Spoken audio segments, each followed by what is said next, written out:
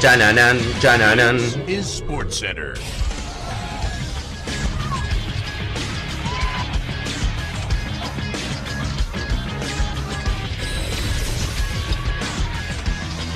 Hola gente, ¿cómo andan? Un saludo grande para todos, yo soy Sanyo, les traigo un nuevo video. Hoy es sábado, por lo cual es día de síndrome, y en el día de la fecha vamos a estar haciendo el síndrome Cristian el Cuti Romero. Jugadores o fichajes que nunca llegaron a debutar en el equipo que los compraron. Voy a serles honesto, creo que igual lo saben si más o menos siguen el canal, no es la primera vez que hacemos este video, pero justamente como nunca había hablado de la situación del Cuti con la Juventus, que lo vamos a mencionar un poco más en profundidad, la idea es hacer un síndrome en respecto a él y también mencionar casos que hasta el momento no había mencionado. Quizás uno o dos se repitan, pero después la gran mayoría estuve investigando para traer contenido diferente. Así que espero que les guste mucho la idea del video, que obviamente dejen su me gusta y se suscriban al canal activando la campanita. Más del 60% de la gente que ve los videos no está suscrita y a mí me ayuda un montón. Que también tiene en la descripción todos los links, tanto a mis redes sociales como también a mis canales secundarios de fútbol argentino y de tenis. Y si se pueden pasar y suscribirse me ayuda un montón. Y que ahora sí, arrancamos con el síndrome.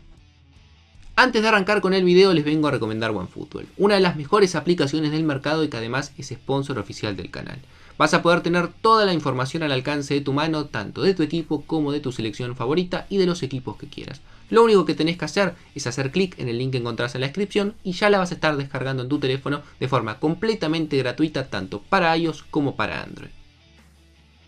Como digo siempre, si el síndrome se llama Cristian el Cuti Romero, obviamente vamos a comenzar hablando de él. Defensor argentino que en las últimas semanas, últimos meses realmente se ha convertido en una sensación, sobre todo con lo que ha logrado con la selección argentina, que ha tenido una carrera bastante particular. Él sale de Belgrano de Córdoba, no en el mejor momento del club cordobés, inclusive peleando en el descenso. Estuvo 2 temporadas allí, jugó solamente 19 partidos, lo compran desde el fútbol italiano, del Genoa, un poco más de 4 millones de euros. Tiene una excelente primera temporada, la 18-19, donde juega 27 partidos y marca 2 goles. Este gran rendimiento y pensando como una apuesta a futuro y sobre todo por su juventud, hace que la Juventus pague 26 millones de euros por su pase. Automáticamente, sabiendo que no iba a tener mucho lugar, lo ceden una temporada más en el Genoa, donde juega la 19-20, y de cara a la siguiente temporada, la 20-21, lo vuelven a ceder esta vez al Atalanta. En el conjunto de Bérgamo la rompe toda, termina de explotar, juega 42 partidos, marca 3 goles, lo terminan nombrando mejor defensor de la Serie A, y aprovechando que el préstamo con el cual lo habían recibido tenía una opción de compra bastante baja, de solamente 16 millones de euros, lo terminan comprando, por lo cual se va de la Juve sin nunca haber debutado ni siquiera en un amistoso, creo. Finalmente hoy en día se encuentra a préstamo en el Tottenham, jugando también en una de las mejores ligas del mundo, y tuvo un paso bastante efímero, que la verdad que solamente fue de un par de entrenamientos, por uno de los mejores equipos del fútbol italiano.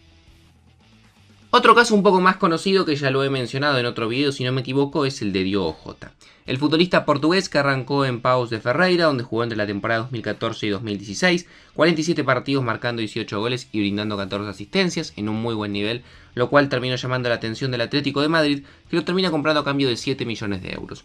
Llega a jugar algún que otro partido amistoso, pero la realidad es que oficialmente nunca debuta en el Atlético de Madrid. Lo cede en el Porto, juega 38 partidos, marca 9 goles. Luego lo cede en una temporada al Wolverhampton, donde le va muy bien en la Premier League. Y finalmente lo terminan comprando a cambio de 14 millones de euros. Por lo cual se va del Atlético de Madrid después de 2 préstamos y sin haber jugado un solo minuto de manera oficial. Estuvo un par de años en el Wolverhampton, pues fue muy bien, 131 partidos, marcando 44 goles. Y en el año 2020 el Liverpool lo terminó comprando a cambio de 44 millones de euros, donde actualmente juega y ya ha disputado 39 partidos, marcando 16 goles.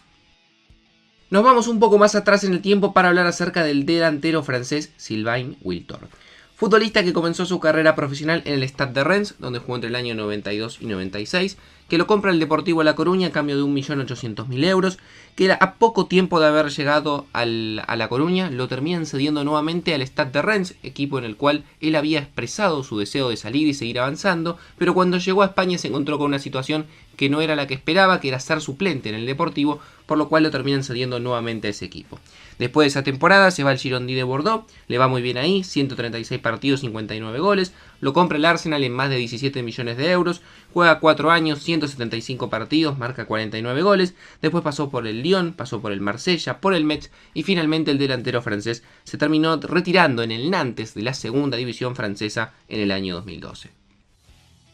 Otro caso bastante conocido que también he mencionado seguramente en algún video es el de Keirson, el delantero futbolista brasileño que tiene una carrera muy particular en la cual comienza en Coritiba, juega entre el año 2006 y 2008, 31 partidos marcando 21 goles. Luego tiene un paso por el Palmeiras, muy bueno, 19 partidos, 11 goles. Estos buenos rendimientos, sumado obviamente a su juventud, hizo que el Barcelona ponga los ojos en él y pague 14 millones de euros por su pase. Lo presentaron y nunca llegó a jugar un solo minuto. Firmó un contrato de 5 años y a lo largo de esos 5 años estuvo en 5 equipos diferentes a préstamo: Benfica, Fiorentina, Santos, Cruzeiro y nuevamente Coritiba, donde finalmente terminó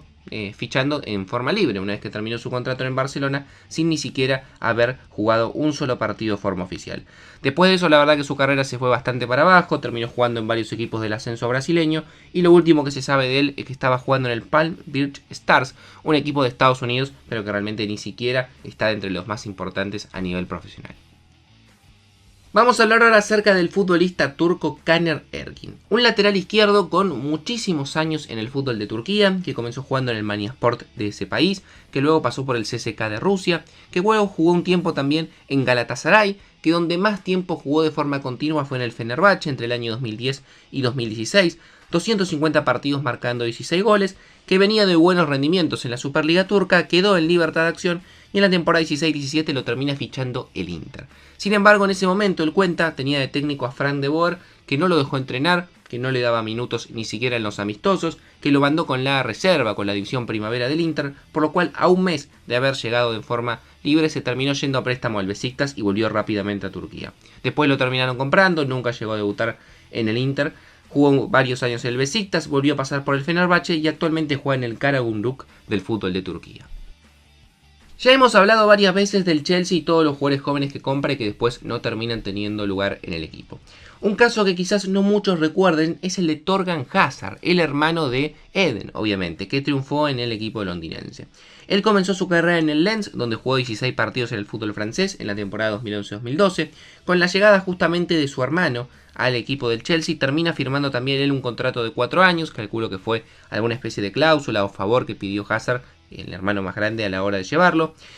Termina siendo cedido al Zulte Waregem del fútbol de Bélgica, donde estuvo entre el año 2002 y 2014, marcó 22 goles en 90 partidos, llamó la atención del Borussia Mönchengladbach, el Chelsea no lo iba a utilizar, nunca llega a debutar tampoco, y lo termina vendiendo al fútbol alemán a cambio de 8 millones de euros, la verdad que ahí le fue muy bien. Jugó 5 temporadas primero en este equipo, 182 partidos marcando 49 goles. Lo compró el Borussia Dortmund a cambio de más de 25 millones de euros y actualmente se encuentra jugando allí, donde ha jugado 77 partidos y ha marcado 12 goles.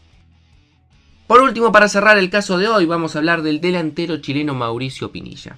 Un futbolista que comenzó su carrera en la Universidad de Chile, donde jugó entre el año 2002 y 2003, 39 partidos marcando 20 goles, que siendo muy joven lo compra el Inter de Milán a cambio de $2.800.000, apenas lo compra lo cede porque no iba a tener lugar, estuvo a préstamo en el Chievo Verona, en el Celta y finalmente en el año 2004 lo terminan vendiendo al Sporting de Lisboa, luego de ni siquiera haber debutado en un partido oficial con el equipo de Milán. Después de eso pasó por el Racing de Santander, por el fútbol de Escocia, volvió a la U de Chile, pasó por Vasco da Gama, jugó en el fútbol de Chipre,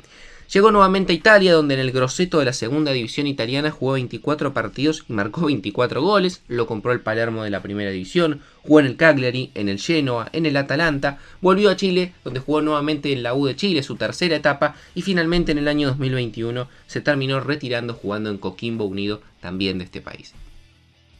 Así que no mucho más para decir, espero que les haya gustado la idea del video, que como les dije, hay casos que son muy conocidos que no quise nombrar, claramente lo que ocurrió en su momento con De Michelis, o con Roberto Ayala, o con otros casos que también hemos hablado en otros videos, pero la idea acá era traerle algunos que otros que la verdad es que ni yo los conocía hasta que me puse a investigar. No mucho más para decir, síganme en las redes sociales, suscríbanse al canal activando la campanita, como les digo siempre, tienen todos los enlaces en la descripción, y yo los veo mañana en otro video.